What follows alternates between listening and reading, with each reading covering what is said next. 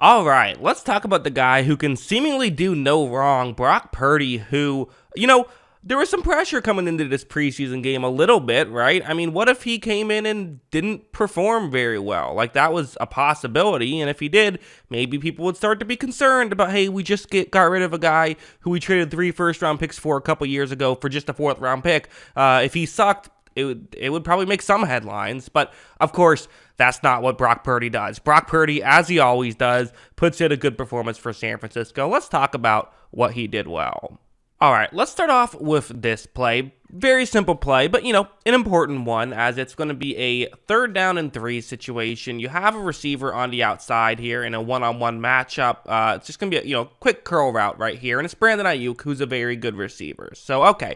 He's going to get past the 1st down marker. Hopefully, you can get the corner who's on the outside to believe this is a potentially a go route and get some space. That's, how you want this to work. Right when this play begins, is it working? Is it not working? It's a little bit hard to tell, but here's why, you're already excited if you're a 49ers fan watching this game who's really into the preseason, because you see Brock Purdy and he's already into throwing motion. I mean, this is what Purdy does so well, is he just gets rid of the football so quickly. He knows where he has to put the ball and he gets it there in a hurry. Watch as he fires it right there where Ayuk makes the grab, and Ayuk actually makes a pretty good move, a couple pretty good moves, nearly got a touchdown on that play. Can't show the whole thing due to copyright reasons, but, typically, if I show more than 5 seconds, I get claimed, so that's why I, will rewind and all that stuff. And I pause so frequently, you know how it goes. But anyway, I mean, just a really good, well-done play by Purdy to consistently, be able to do this. I mean, this is just what he does, right? You take this for granted at this point. Like this one's another one. It's going to be a 2nd down and 12. It's man coverage, and you have a receiver running a slant route. So, okay, that's the way this play is going to work. And again, on paper, a play that certainly could work out, right? We'll watch how when it begins, you see that right here. Okay, this is going to be Deebo Samuel now, who's, has definitely, he has the inside leverage. It's a good window to make this throw, but watch where Purdy throws it. It's right on the money to allow Samuel to run forward and pick up a 1st down. He allowed his receiver to run after the catch in a major way, and that's just what Brock Purdy does consistently for San Francisco, right? It's just the consistency of putting the ball where you want to see it be put, which is, at the end of the day, that's most of a quarterback's job, right? I mean, sure, it's San Francisco. There's guys who are open consistently. Yeah, that is true.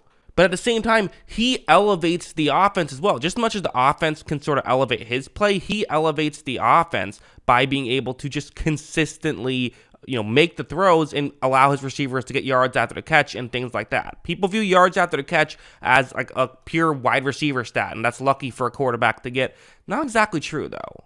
This play was a great one. This is exactly this is what separates Purdy from the other rookie quarterbacks you see, right? Plenty of rookie quarterbacks come along and play solid right away. But here's what I think separates Purdy from them. Is usually when you see a rookie quarterback, they still make the rookie mistakes. Purdy, well, I'm not going to say hasn't made any. He makes very few. And this is the perfect time to make a rookie mistake, where it's going to be just it's a tight end screen right here. That's how it works. Okay, simple enough.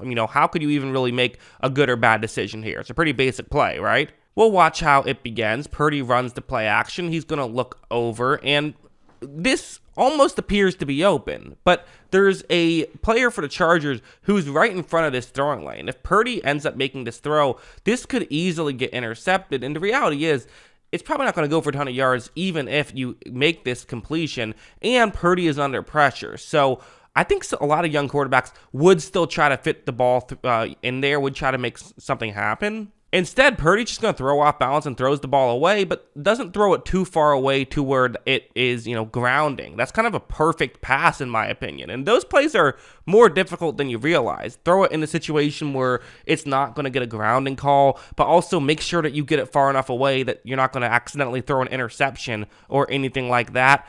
A lot more difficult to do, a lot easier said than done, but Purdy did it right there.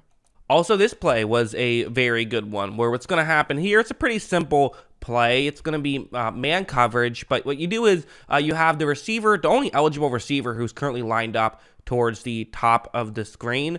He's the one who's going to kind of run further deep, further over the middle, as you then have a halfback essentially following where he is. Usually these plays work better in zone, as it can kind of clear out that area, but it can work in man as well. Really, the halfback is his first read, and that's something you do notice about Purdy is he hits the first read pretty frequently, which is because the first read is pretty frequently open for San Francisco, which like that's not a negative on him. Like that's a positive. If the guy's open, hit him. You know, as I showed you on the last play, it's not like he's incapable of, you know, realizing that a read isn't open and doing something else with it, but just if he doesn't have, you know, if the guy's open, hits him. Well, let's see what he does here. So this play is going to begin. Purdy takes a snap. He looks over and, you know, the halfback's open, right? I mean, this is definitely a throw that he should make. But again, keep in mind the situation. This is a 3rd down and 5. So while the completion should be obvious, you also want to make sure you allow your running back to be able to get yards after the catch. Watch how he hits his running back in stride, which allows him to, again, make a good move. These are good moves, right? I mean, all of these plays where there's yards after the catch, you have to look at it as this is a good play. This wasn't just simply, you know, all on Purdy. 100%, these are good, effective plays. But at the same time, they're good plays in part because of what Purdy is doing. Purdy is helping these situations happen, and he's kind of making these situations happen in a real major way. You can certainly debate if he is, you know, how difficult the throws he's making are, but what you can't debate is if he's making them or not, because he is consistently just hitting these, you know, constantly.